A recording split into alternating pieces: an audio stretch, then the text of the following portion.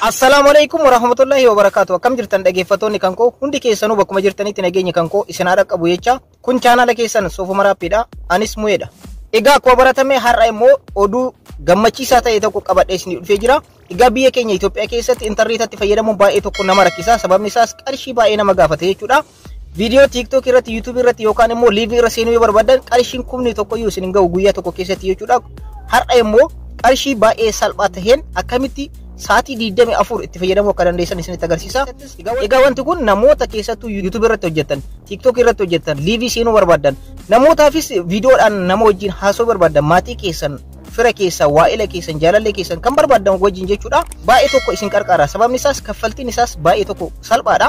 Sa'aatii 24 guutuu itti fayyadamuu dandeessan viidiyoo ta'ee wanta barbaadan jechuudha. Viidiyoo upload gochuu dandeessan wanta barbaadan sa'aatii 24 keessatti kaffaltii baay'ee xiqqoo taateen jechuudha. Viidiyoo barbaadan YouTube irratti, TikTok irratti upload gochuu dandeessan, download gochuu dandeessan, fiilmii adda addaa, diraamaa adda addaa, wanta adda addaa jechuudha.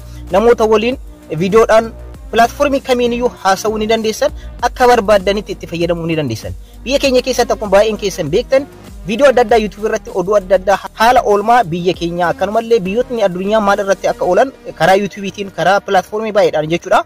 Daawwachuun nama rakkisa. Sababni isaas viidiyoo daawwachuun fi viidiyoo buusuun yookaan upload gochuun qarshii baay'ee nama gaafata jechuudha. Guyyaa har'aa immoo qarshii muraasa ta'een sa'aatii 24 guutuu akkamitti itti fayyadamuu akka dandeessan isinitti agarsiisa. Viidiyoon kun kan qarqaaru warroota Itoophiyaa keessatti argamtanii fi intarneetatti fayyadamtan yookaan intarneeta irratti viidiyoo adda addaa upload gochuu barbaadan yookaan intarneeta guutumaan guutuutti daataa intarneetatti fayyadamtaniif kan isin qarqaarudha. Hanga dhuma viidiyoo kanaatti yoo kan daawwattan ta'e guutuu odeeffannoo kana isiniin gahaa jechuudha guyyaa har'aa. Egaa viidiyoo kana namoota baay'eedhaaf sheer godhaadha. Keessattuu namoota Itoophiyaa keessa jiraataniif baay'ee tokko qarqara waan ta'eef namoonni biyya alaas jirtan waa'ila keessanii, fira keessanii, namoota beektan hundaaf viidiyoo kana sheer gochuudhaan odeeffannoo kana irraa ka'uudhaan akka barbaadetti itti fayyadamuu ni danda'a jechuudha namni tokko.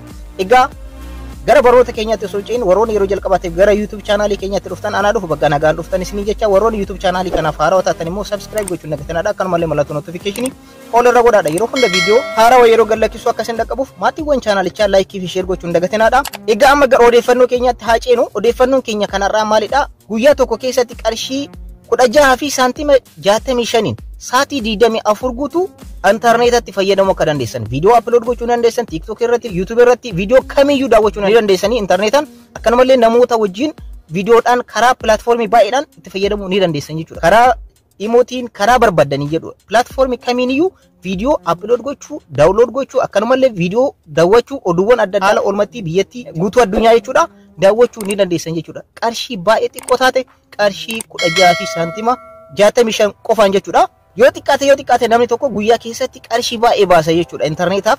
Kana jechuun kaffaltii barbaachisaa hin taane baasa jechuudha. Guyyaa har'aa kan isinitti agarsiisu immoo akkamitti kaffaltii xiqqoodhaan faayidaa baay'ee akkamitti argachuu akka dandeessan isinitti agarsiisa. Itoophiyaa keessatti keessattuu warroonni yuutuubaroota taatanii fi tiiktokaroota taatan jechuudha. Baay'een keessan ni beektanii yuutuubii irratti viidiyoo upload gochuu fi daawunlood gochuu, viidiyoo adda addaa daawwachuu, haala oolmaa biyyattii daawwachuun viidiyoodhaan hin danda'amu tasumayyuu jechuudha. Karaa YouTubeetiin, karaa Facebookiitiin, karaa TikTokiitiin jechuudha.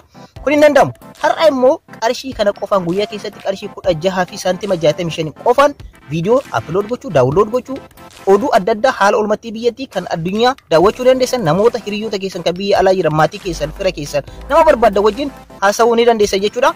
Egaa namoonni biyya alaatti argamtanis platformii kanatti fayyadamtanii yookaan haala amma isinitti agarsiisu kanatti fayyadamtanii akka barbaadanitti waa'ila keessan, fira keessan akka wanta kanatti fayyadamu godhuudhaan kaffaltii baay'ee xiqqoo taate tokkoon akka barbaadanitti maatii keessaniif karaa imootiin, karaa telegiraamaraatiin, karaa waasaappiitiin, karaa miisenjaraatiin akka barbaadanitti maatii keessan wajjin wal qunnamuu ni dandeessanii sa'aatii 24 jechuudha. Egaa akkuma duraan dursee isiniif ibsuudhaaf yaalatti karaa TikTokiitiin, YouTubeetiin viidiyoo adda addaa ilaaluu fi viidiyoo adda addaa buufachuun biyya keenya keessatti hin danda'amu Itoophiyaa keessatti jechuudha. Mee fakkeenyaaf namni tokko qarshii 20 guyyatti yookaan baasii godhu ta'e intarneetaaf yookaan viidiyoo daawwachuudhaaf ji'a tokko keessatti qarshii 600 baasii ni taasisa. Akkanumallee waggaa keessatti qarshii 7,200 baasii taasisa. Akkanumallee guyyaa keessatti qarshii 50 yoo kan baasu ta'e ji'a tokko keessatti qarshii 1,500 baasa. Akkanumallee waggaa tokko keessatti qarshii 18,000 ni baasa jechuudha. Akkanumallee namni qarshii 100 baasu guyyaa keessatti waggaa keessatti immoo qarshii 36,000 ni baasa jechuudha. Egaa baasii hin taaneef saaxilama jechuudha namni. Kana qofa osoo hin ta'in intarneetni itti fayyadamanis baay'ee tokko dadhabaadha. Egaa dhaggeeffattoota kan koo karaa anam isinitti agarsiisu kanatti yoo kan fayyadamtan ta'e baasiin isin baaftan guyyaa keessatti sa'aatii 24 irratti viidiyoo barbaaddan waan barbaaddanitti fayyadamtanii namoota barbaaddaniif liivii irratti ta'ee viidiyoo upload gochuu danda'e ta'ee pilaatfoormii kamiinuu nama barbaaddaniif yoo bilbiltanis qarshii 16 fi saantima 65 qofatti fayyadamtu jechuudha. Waggaa keessatti immoo qarshiin isin baaftan baay'ee tokko salphaadha. Qarshii 5,000 fi 995 qofa baaftan. Kana jechuun baay'ee tokko salphaadha. Guyyaa keessatti sa'aatii 24 jechuudha. Qarshii 16 fi saantima 65 jechuudha. Egaa baay'ee tokko salphaadha jechuudha. Qarshii 5,000 fi 995 waggaa tokko keessatti baasii yoo kan taasiftan ta'e intarneeta akka barbaadanitti itti fayyadamuu ni dandeessanii. Intarneetni isaallee saffisni isaa adda jechuudha. 4G fayyadamu waan ta'eef baay'ee saffisa qaba.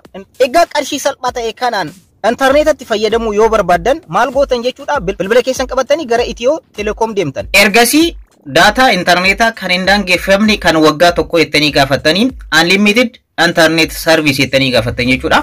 Yeroo gaafatan haala kanaan gaafatanii data internetaa kan waggaa tokko kan hin daangeffamnedha kan gaafatan. Kan hin daangeffamne waggaa tokko guutuu kan hojjetu jechuudha. Waggaa tokko guutuu kan hojjetudha kan gaafatan unlimited internet service jettanii yoo gaafatan isaaniyyuu foormii isinirraa barbaadamu hundayyuu isiniif guutanii isiniif gallakkisu jechuudha. Garuu asirratti wanti hubachuu qabdan kaffaltii waggaa tokko al tokko kafaltan jechuudha. Qarshii 5,000 fi 995 al tokko kafaltanii jajahan marmaal hin danda'amu. Al tokko kafaltan waggaa tokko guutuu sa'aatii 24 intarneetni keessan osoo addaan hin ciccitin akka barbaadanitti itti fayyadamuu ni dandeessan jechuudha. Bifa kanaan teelee isinitti dhiyaatu kan naannoo keessanitti argamu teelee isinitti dhiyaatu damee isaa dhiquu ni dandeessanii. Haala kanaan sarviisa kana yookaan tajaajila kana argachuu ni dandeessan jechuudha Itiyoo Telekoom irraa. Egaa wanta kana Itiyoo Telekoom promootiin godhu sababni isaas data internetaa kan guyyaa sa'aatii 24 kan torbaanii kan ji'a kan jedhu irraa kan argatan baay'eedha waan ta'eef kaffaltiin isaan achirraa argatan baay'eedha waan ta'eef isa kana hin beeksisan. Garuu wanti kunis ni jira. Achi dheeyxanii haala kanaan itti fayyadamuu dandeessanii.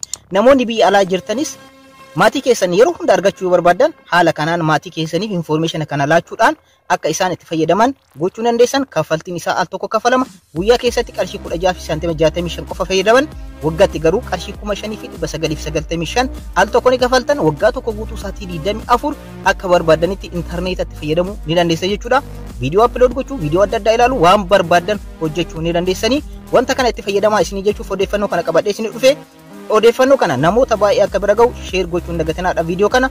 Egaa odeeffannoo kan kanarraa asirratti xumuree jira. Yeroo biraa odeeffannoo biraatti walitti deebina. Warroonni YouTube chaanaalii kanaaf haaraa taatan subscribe gochuun dagatinaadha. Akkanumallee mallattoo notification ol irra godhaadha. Maatiiwwan chaanalichaa like fi share gochuun dagatinaadha. Odeeffannoo kana nama hundaaf share godhaa. Yeroo biraa odeeffannoo biraatti walitti deebina. Ora bulaa.